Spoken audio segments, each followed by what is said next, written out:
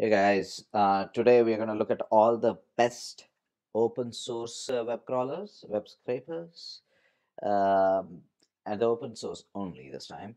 And I'm going to give you a recommendation of what's the very best here, even though that's not the order this is in. If you like JavaScript, jQuery, if you have experience in the CHEERIO.js is the best. You can deploy it on the server side also because and use web scraping easily using jQuery selectors. In jQuery, if you're familiar with it, you can just use a CSS selector or an ID of a particular division and just extract all the content from it. It's as simple as that and go to cheerios.js.org and download the library and check it out for yourself. Beautiful Soup is useful, but slightly differently. Beautiful Soup was developed to wrangle with bad HTML. Okay, a lot of the things that it was founded on, the principles it was founded on, no longer such a big deal because, as you can see, Scrapy later on will solve a lot of those problems, right? But it is still useful for rogue websites, so you should have Beautiful Soup in your arsenal. Check it out, build a hello world. It's always going to be useful later on.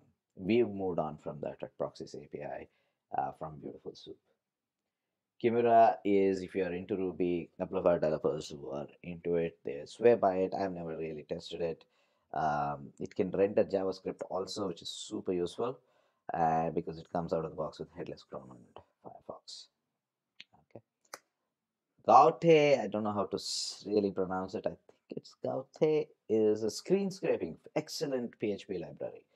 Right, if you are a devout of PHP, this is a great library to use. Otherwise, Scrapy is the way to go. Okay, Scrapy is for Python. That's the way to go. PHP is not, historically been the language of choice for scraping and web crawling. But otherwise, it's a great library. Check it out. Scrapy, my favorite. We use that extensively. Extremely powerful crawling and scraping library in Python. It has all sorts of things which I haven't listed here, which is it can control concurrency, rate limiting, file pipelines, it can do session handling, it can do proxying as long as you provide a proxy. We'll see how to do that later on. What else can it do? It has its own shell, guys, where you can actually load up a web page and actually play with selectors till you get the scraping data that you want. That's the probably the most irritating part of web scraping. It has spiders that you can concurrently run. You can run multiple spiders by using a daemon called ScrapyD. It has signals from which you can monitor all this with extra code that you plug in that you write, and you build your own UI where you can pause your own spiders and cancel jobs. And it has multiple export formats inbuilt. Not only that, it can save that to your local drive, it can FTP it somewhere else, it can send it to Amazon S3, all built in. Absolutely fantastic. And very importantly, it has the CSS selectors, the original like jQuery. So it comes with that CHEERIO.js sort of jQuery based CSS selectors to easily pick out any data you want. Or if you want to go even more deeper, you can use the XPath, the XML XPath selectors, paths, right, and query data using that. Between these two, and you can combine these two however you want and easily at any point in time, and you can get to pretty much any data on the web. Right? It also supports, recently it started supporting Selenium, which means that it also has browserless support. You can plug that in. So it is complete, this library. It's worth going to Scrapy even if you do not know Python. Even if you do not know Python, it's worth it. Whatever other language you like, the overhead of having to learn Python. First of all, you will end up with the knowledge of Python, and you will get the most powerful library for web scraping in the world. Mechanical Soup, super simple library. It helps, but doesn't support JavaScript rendering. I would give this a pass for now. PYSPIDER is specifically useful. You can do delayed crawls. You can check this out. It's not probably the one that you will use in most cases. It has message queues, comes ready with support for distributed architecture. It's a beast, but it's a very specific use case. All right. It has its own UI to monitor crawling projects. It's no comparison to Scrapy, but if you are thinking about things like setting priorities, having different buckets for different crawlers, if that's the area you are stuck in, this is something that you should be able to look at and see if you find useful. NodeCrawler, if you are into Node.js, it allows server-side DOM processing, injection and jQuery, queuing support with comparable pool sizes like we discussed in the last one, priority settings, rate limit control. Um, if you have rate limits on different websites, have that. If you want to work with that, this is, and if you're not Node.js comfortable with it, it's a pretty good library to have a look at. Selenium WebDriver, this is specifically designed actually for um, web browser automation for testing purposes. That's how it was originally designed. But is, as you can see, and that's why it's language agnostic, because it should work with any language. You can control web browsers, and it'll work for both Firefox as well as Chrome. Um, you can supply a web browser, right? And so it basically renders JavaScript, and so you can use that for web scraping as well, even though that wasn't the original reason why it was designed. Puppeteer is more ideal. It's in the same lines as that. It controls Chrome, and so it's not designed for testing at all. Therefore, it doesn't come with, you can't plug in whatever browser you want.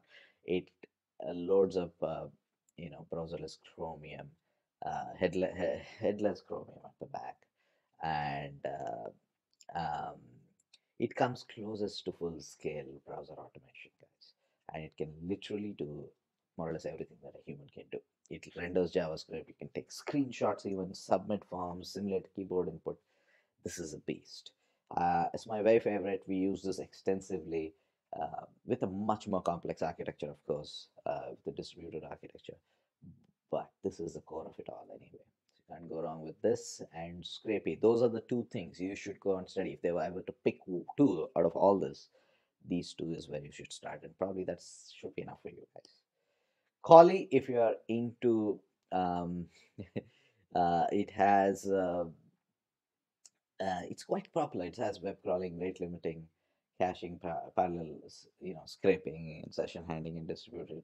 Uh, it's for the Go language. If you're into that, yeah, then probably you'll have to look at this. You can look at this, but I don't know much else to say about this.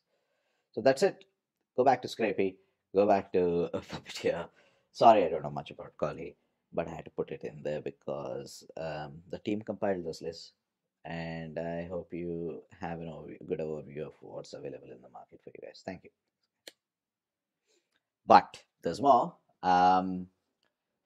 While all this is there, as I told you, you need a rotating proxy service, because eventually all of this will lead into IP blocks anyway. If you do it at any scale, especially anything you deploy with if it's Scrapy, that means you mean it.